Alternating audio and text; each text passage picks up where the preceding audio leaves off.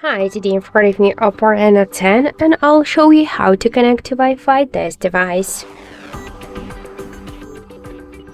First, open the settings and tap the Wi-Fi section. Here you'll see Wi-Fi switcher. Click on the switcher and after that you'll see here all of the available networks. Select one from the networks and enter the password. To see the password, you should click to this icon, then just tap to OK on the right upper corner, and now we could see that our device successfully connected to this network. The same way, you could select another network, enter the password, connect, and just if you want to turn off the Wi-Fi, you should click on the switcher to turn it off. Also, we got one more way how we could do that. Just open first the control panel. Here you'll see Wi-Fi icon. Just click on this icon to activate Wi-Fi or to turn it off. To launch Wi-Fi settings, hold it for a while and you'll see here all of the networks. You could click here to more icon to launch full Wi-Fi settings.